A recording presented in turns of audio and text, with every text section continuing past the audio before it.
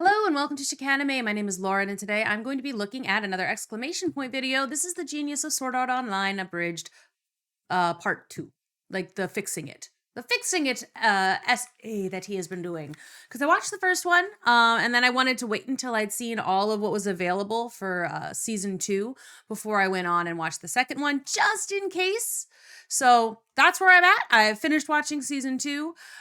If you are watching this video on YouTube and you have not seen my reactions to season 2, it's because the channel got struck because of me watching that, me watching Sword Art Online, not from something witty. It was from the initial animation studio. So I put all of the Sword Art Online video reactions available for free on Patreon. So if you become a free member of our Patreon, you are able to see those episodes up there. But yeah, so that's where we're at.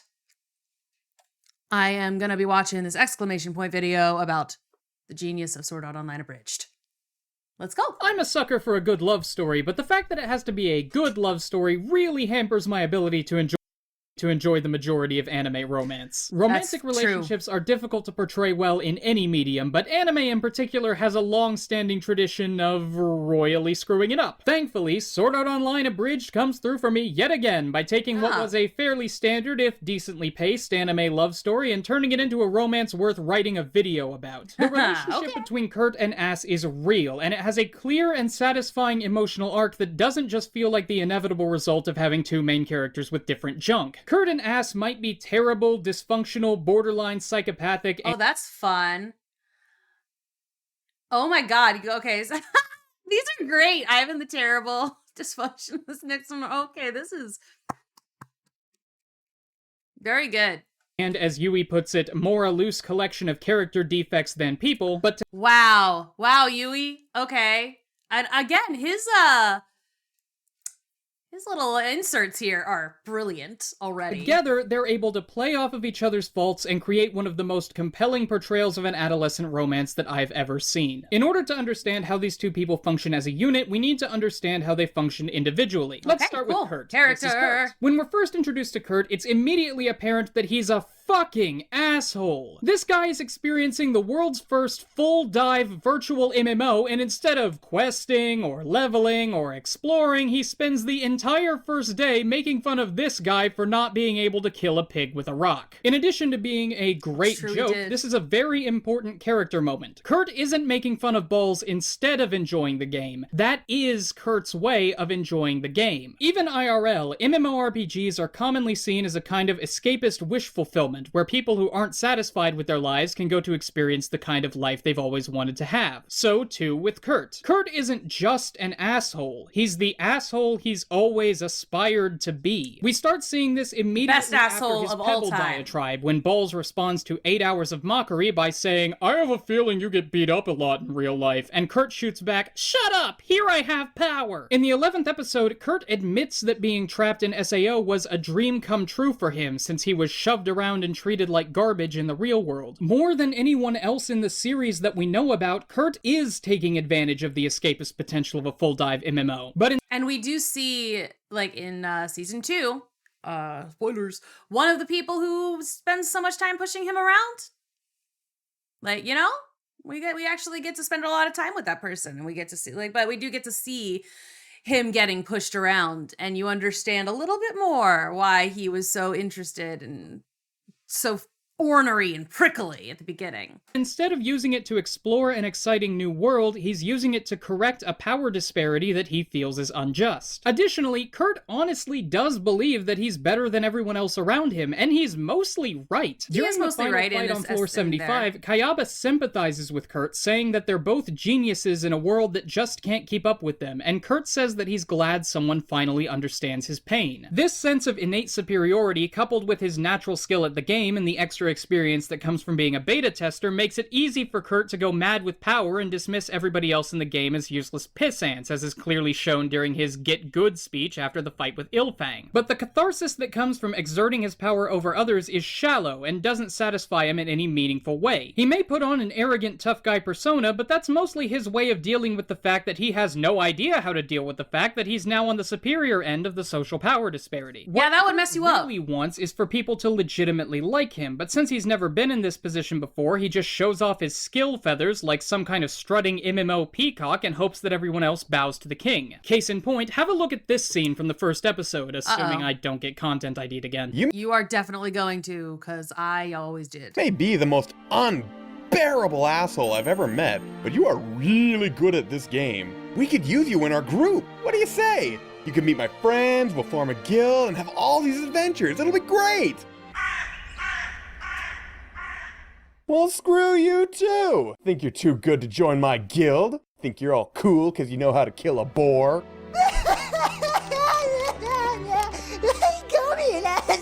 There are two parts to Balls' comment here. First is the unbearable asshole part, and second is the I don't mind you being an unbearable asshole because you're so good at this game part. But he didn't hear that second part, did he? He didn't hear that second part because they never do. If Kurt really were the self-righteous lion in a world of sheep that he claims to be, he would either jump at the chance to join a guild filled with weak players who would marvel at his giant sword cock, or he would think that Balls' offer was beneath him and mock him for it. But he doesn't do that. Instead, he runs off in tears because this person he spent the entire day making fun of called him an asshole. Balls' assessment of his character causes him to run away crying, but he doesn't even seem to notice the second part of the statement, which is honestly a very high compliment to his gaming skill. Okay, zoinks. Either that, or he runs off immediately following the unbearable asshole comment and doesn't even stick around for the second part, which says enough in its own right. But then Kurt didn't see him do that, which means that Kurt also isn't paying attention. This desire to be liked is also displayed at the beginning of the second episode. That didn't bother the kid none. He only cared about one thing, and one thing alone. Himself. 'Cause in a game of life or death, you either live or you die. Shocking. Oh, wow, what brilliant insight. It's so deep, it loops right back around to being stupid. The kid ranted at no one, it's slowly dawning just how alone he truly was. This scene is important because the game itself is the one mocking him for being a friendless loser. Yeah, and the narrator doesn't come back too often from what I recall. This shows that no matter how good Kurt gets at Sword Art Online, he's never going to be the person he wants to be until he learns how to get people to stop thinking he's an arrogant cock goblin. Really? Since he doesn't know how to do that, he puts up this asshole front to make it look like he's choosing to be alone because nobody else is good enough for him, instead of just being ostracized by society for being an arrogant cock goblin. Oh my god, ostracized. Again, ostrich. Stop! Exclamation point. Stop! That was too good. Oh no. I was just gonna say, I do like characters like that, where it's like, you know, they've got the front up and they're kind of a dick and they're horrible, but then like, it's because they're so insecure. And granted, I hate people like that in real life. People like that are the worst, and I don't want to spend any time with them.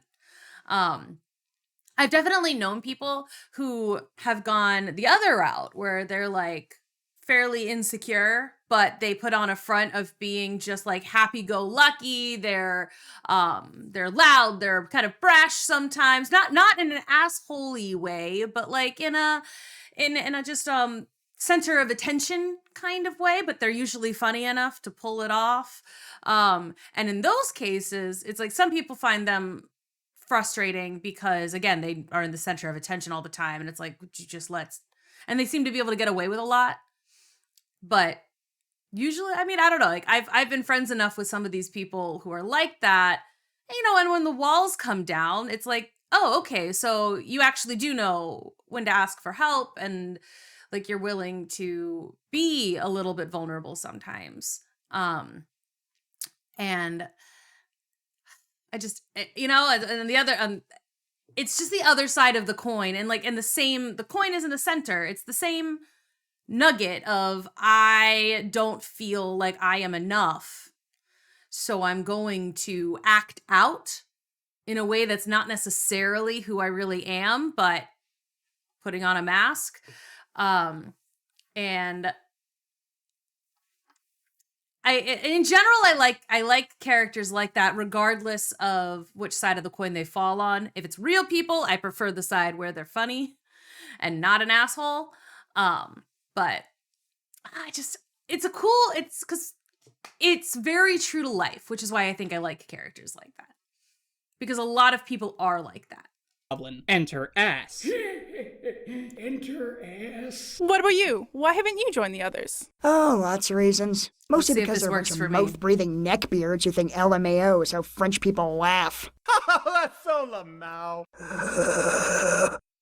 Wow, you certainly speak from the heart. Funny, I thought I was speaking from my mouth, but shows what I know about biology. No one else wanted you in that Just to group, be did safe. they? Shut up, it was mutual. Ass is unique among the early cast of the series. So I would sorry, I'm just so terrified. That might happen a couple of times. Just I'll put the little watermark up because I am so terrified of this happening again, of getting struck again. In that she immediately recognizes Kurt's facade. When Kurt runs away from Balls at the end of the first episode, Balls takes this as a personal attack, responding, "Well, screw you too, think you're too good to join my guild." And during Taco Bell's death scene, he buys into Kurt's persona completely and wishes he could be more like him. Ass is the only one who implicitly understands that Kurt's allegedly voluntary isolation is a response to society's view of him and not the other way around. And the reason she's able Sees to do through this it. is because she is also putting on a front to get people to like her. She's just better at it than Kurt. Ass is a full-fledged psychopath. Unlike Kurt, whose personage is mostly built around the idea of self-aggrandizement, Ass's is more about trying to pass as a moderately normal human being. Consider this exchange from the 5th episode. Okay, fine, God. Just want to prove I was right. There's no way that guy's really dead. There's something else going on here, and I'm gonna prove it. Wow, how noble of you. Oh, spare me, Wonder Woman. You're only doing this to prove I was wrong. Hey, at least I pretend to be nice to people. Yeah, whatever. Wait, pretend? Here, Ass makes my job easy by unambiguously stating that any sense of outward friendliness she displays is a lie. There are 2 reasons for this. And again, I do have a question though. Is that her character in the original source material? Because I know in this, she literally set somebody's house on fire because they flirted with Kurt. So is that her personality in the original show, or is she just a simply sweet person? Because apparently Kirito in the original show is just kind of a nice guy.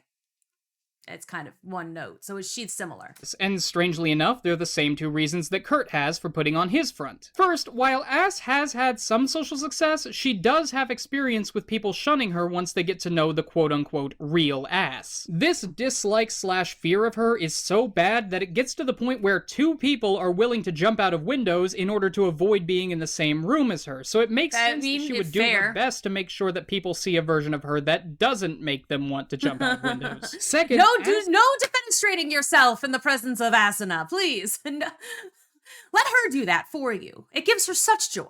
doesn't have the best life in the real world either. In the 10th episode, when the 2 of them are dancing their beautiful dysfunctional marriage tango, Ass's inner monologue states that her stubbornness comes from her mother, who told her to dig in her heels when she's wrong and never show weakness. She also says that her parents are getting divorced. Nothing against divorced parents, but that kind of attitude coupled with divorce-inducing levels of conflict suggests that her household growing up wasn't exactly happy and functional. And that kind of familial situation, if it were bad enough, would understandably lead to her having the attitude that she does. And it's worth pointing out that that attitude is abusive, at least at first. This might be obvious, considering that she committed arson against a perceived romantic rival, but it bears repeating because her implicit understanding of Kurt allows her to really dig her nails into his mind and make sure he sticks around. Kurt's PTSD after Sachi's death is the basis for pretty much all of his decisions, and Ass knows that. He's afraid to get close to anyone for fear that they're just going to up and die on him again, so he's left in this state of semi-self-imposed lonesomeness that he can't get out of without opening himself up to pain. Ass is aware of this mental block and uses it as a tool to keep Kurt around, like she does in this scene.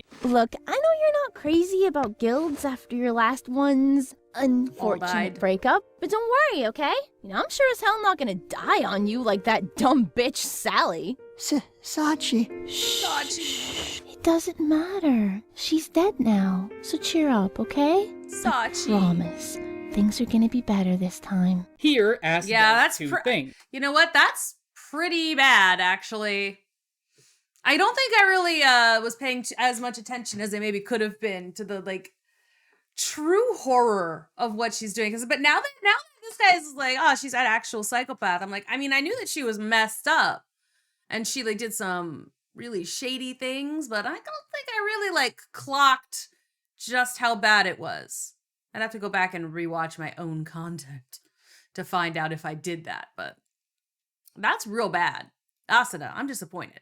First, she undercuts Kurt's emotional attachment to another woman in order to make sure that he never forgets that she is the main bitch in this situation and that any side chicks he's thinking about are gonna wake up charbroiled. Second, she reminds him of what he initially respected about her in the first place, the fact that she is so good at video games that she will never die. In doing so, Ass is able to simultaneously comfort her romantic partner, convince him that his emotional investment in her isn't misplaced, and assert her dominance as the #1 yandere bitch. But Ass isn't just #1 yandere bitch. She's #1 yandere bitch because she's afraid. Whenever she gets vaguely close to somebody, it's I didn't say anything, I swear! Wait for me! I know a shortcut! basically that. So now that she has somebody who's willing to stick around, she wants to do everything she can to make sure he sticks around. And the best part is that Kurt is receptive to it. His compounding insecurities lead him to believe that he's basically unlikable, and that having any kind of emotional investment in other people just isn't worth it. So naturally, he's... Is that the fire guy from My Hero Academia? I've only seen, like, 3 episodes of My Hero Academia, so it's been a long time since I've seen those. Willing to go along with somebody whose compounding insecurities cause her to be aggressively affectionate, especially since he doesn't have to worry about her getting her ass kicked by slaughternauts and murder golems. After all, what he initially respected about Ass was that she was able to hold her own in the first boss fight despite not knowing how to open the damn menu. He sees her as a naturally talented leet who might be able to actually keep up with him if given the chance. And their first kiss happens immediately after this brilliant line from Kurt that sums up everything he feels about her in 2 words. Ah, you bitch. I know this sounds sarcastic, but hear me out. Right before this scene, Kirito says this exact line when Ass stabs him, and immediately follows it up with, "You know, people always think that being called a bitch is so negative, but frankly, I just think it shows how you're strong and confident and absolutely fucking terrifying. Please don't kill me." You know, I call people bitch a lot. And I usually mean it. It's usually parentheses affectionate. Like, oh, you bitch. Like, I do that. I do that fairly often. Actually, and then when I was younger, it's like I was talking to my little sisters. I'd have to curb it to, oh, brat. You know, but again, I meant it in the same way, and she knew I meant it in the same way. My mom probably knew I meant it in that way, but like calling her a brat, affectionate, was allowed. I wasn't allowed to call. But you know, I did mean it affectionately. It's sort of like how I also tend to call like everybody girl. Like, girl, what? Like, I have to like fight myself to not do that sometimes. And I'm like, I'm using it in like a fully gender neutral way too. Sort of like, you know, dudes. It's like, hey dude, what's up? Or I don't know, but the point is, I have used bitch very affectionately on multiple occasions. Strong and confident and absolutely fucking terrifying, please don't kill me, is exactly how Kurt feels about Ass. God, I can't even maintain my composure. This is so good. It's so good. This is how you're right, people. This is how you're right. And then there's their actual romantic interactions. The way these two cluelessly... Oh, and then you got Pam and Jim. Have y'all seen some of the discourse about Pam and Jim lately? The tea is 10 years old or longer, but it's still good. Bumble around each other with no idea what they're supposed to be doing is perfect because this is a teenage romance. Young adult characters in anime often exist in this kind of nebulous space where they're always as mature as they need to be, and I swore I wouldn't bring up SAO proper in this video, but it's a great point of comparison, so fuck the system. The romance between Kirito and Asuna He's gonna tell me. Okay, it's not bad. There are some cute moments and some cringeworthy dialogue. dialogue, and overall it's fine. But what really annoyed me was how mature the whole thing was. These kids are 16 and are already happily and effectively married with a daughter who they are totally capable of raising. And you can say that teenagers are typically happier together, which is fair, but they don't act like teenagers in that respect either. No weird pet names, no constant contact, and I can't confirm this, but it doesn't seem like they're fucking 3 times a day on every... Oh god, teenager. How many 16-year-olds? Okay, look, that's maybe just telling on myself. It's like, what teenagers have done that? The touching each other all the time, yes. The constant touching each other, that I remember from high school. The intense PDA. And the grinding at the dances, but... surface of their cottage. It's just a perfectly normal relationship, and I can't speak for you all, but I know that I never had a perfectly normal relationship like this when I was 16, or 17, 18, 19, 20... 21. I've only seen 3 anime that portray teen romance well. Evangelion, Sound Euphonium, and SAO Abridged. And of those 3, SAO Abridged is the best one that I'm going to be talking about at length in this video. The way Kurt's sexuality is expressed is perfect, not just because he's a teenage boy, but also specifically for his character. Just like Kurt puts on the overconfident, too cool for school persona for society at large, he also presents himself as a worldly James Bond type around #the ladies. Specifically ass when he starts talking about the #dubious implications of her having him over late at night. And when ass reveals everything, Kurt's is about his dial-up sounds of doom. not the right reaction for somebody whose whole experience with sex comes from dating sims. And the way the series portrays Ass's relationship with her sexuality... I love them putting dating sims up with The Witcher.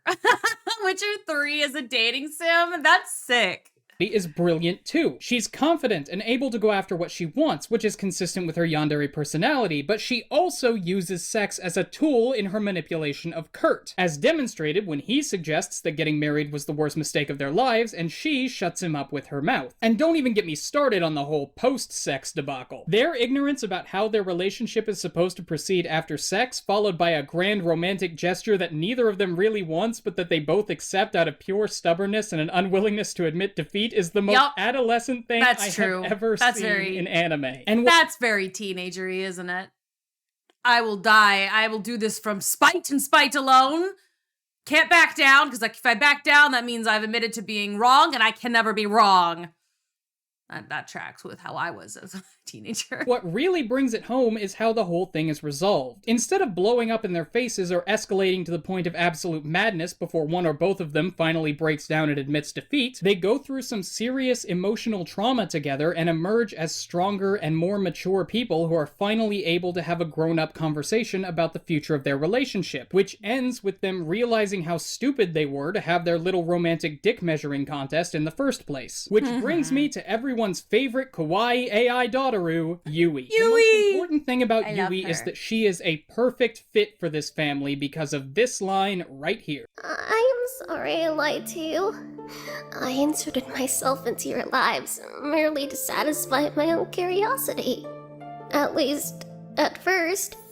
It was nice to be a part of your family. All through episode 10, both Kurt and Ass use Yui as a tool to try to get the other one to be the first to admit that their marriage is a sham. But the reason this is brilliant is because Yui is using them as well. This is how Yui is able to have such a profound effect on them. While we see some of their parental instincts start to kick in just from being around her, i.e. Kurt being impressed with her verbal takedown of Yuliere and Ass calling her an adorable little troglodyte, what really causes the two of them to change and mature is seeing themselves reflected in Yui. Just like them, Yui is a manipulator who is using them to achieve her own goals, namely... Aw, what a lovely little family of monsters. ...learning about love. But the reason she has such a huge impact is because despite initially using Kurt and Ass to her own ends, Yui selflessly risks being deleted to save them from the dollar store blow-up skeleton man. Seeing someone as manipulative as they are risk death to save the people they're manipulating makes both of them realize what sociopathic idiots they've been. And Ass in particular falls over and wails in anguish at Yui's death, showing off some really impressive voice work from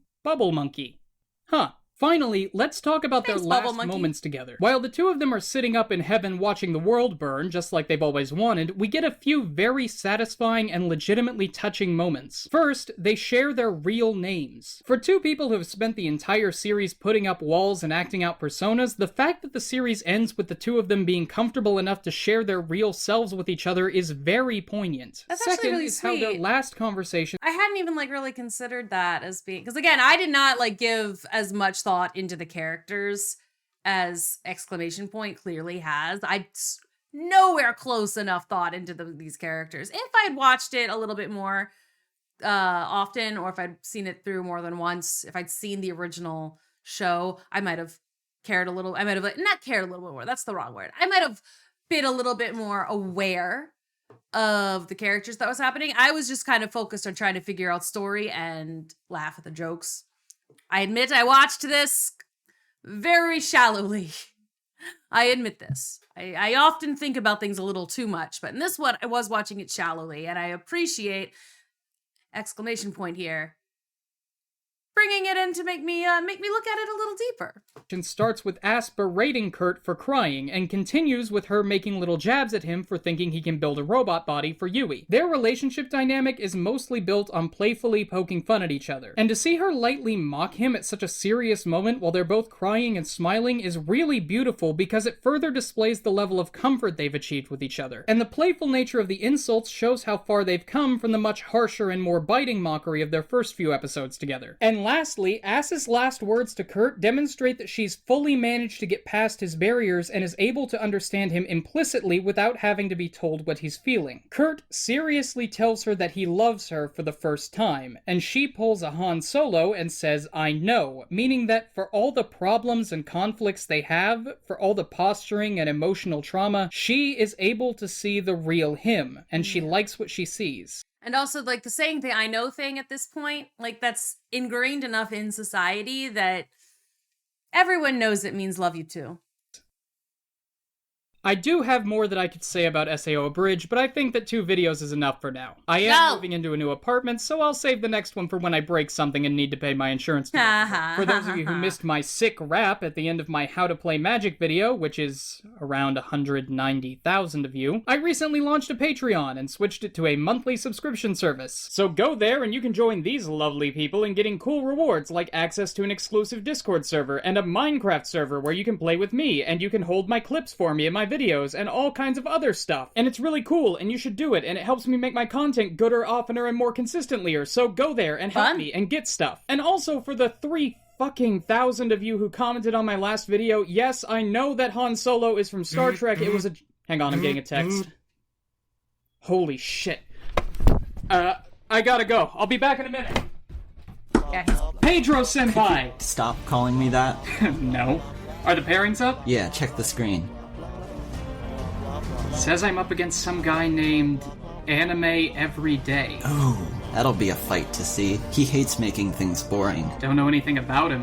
What kind of stuff does he put out? He's got really slick editing skills. When he doesn't have to go back and redo it, I mean. Well, I'm in a good spot if it comes down to editing, but I'm worried about output. I mean, how am I supposed to compete with someone who puts out anime every day? More like anime every month. If he's lucky. But still. Don't worry, I've spent the last 4 years of my life taking notes on all the big names. Digi, Arcata, Giguk. I know all their abilities, all their habits, all their I don't know what weaknesses. this is about. Oh. And I kept all my notes in one piece. Oh! Lewis has incredible taste in anime, so there'll be no point trying to outsmart him by pitting your knowledge of the classics up against his. Well, my Twitter followers are still giving me shit for giving Evangelion a 6 on Mal, so I'll try to stick to newer stuff.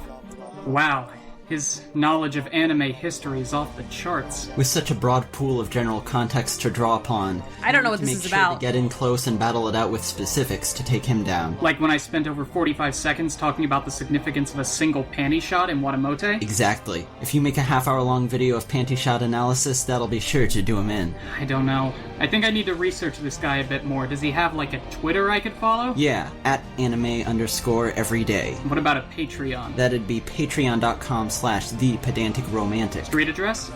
He doesn't have a Patreon. That was a good joke. That was a good gag there. Again, I have no idea what's happening here, but it's funny. Security number? I don't... Shit, that's my alarm. Wait, where are you going? I have to get this video edited by Tuesday. What about the ice cream social? I'll be at the next one. But... And Lachlan! Thanks. It was a good fight. I held out as long as I could, but at the end of the day, this was the only way things were going to turn out. I'll see you at the top. Yeah. I'll see you at the top. That kid. They're rivals. Okay, I'm back. Why do I suddenly feel the need to thank Aaron Burks for making art for me on ridiculously short notice? And to pimp his Twitter? Oh well, I'm sure it's nothing. So that was the tournament organizers, and it turns out we're up against anime every day. Lewis, you make great stuff, but I will be the #1 anime YouTuber. Okay, so who is actually the #1 anime YouTuber? Who is it for real? I don't know what this tournament was.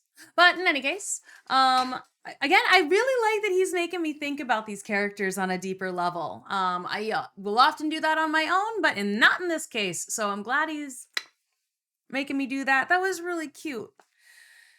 I kind of forgot how terrible Asuna was, honestly. Mostly because she has been more of a trapped in this most recent season that I watched.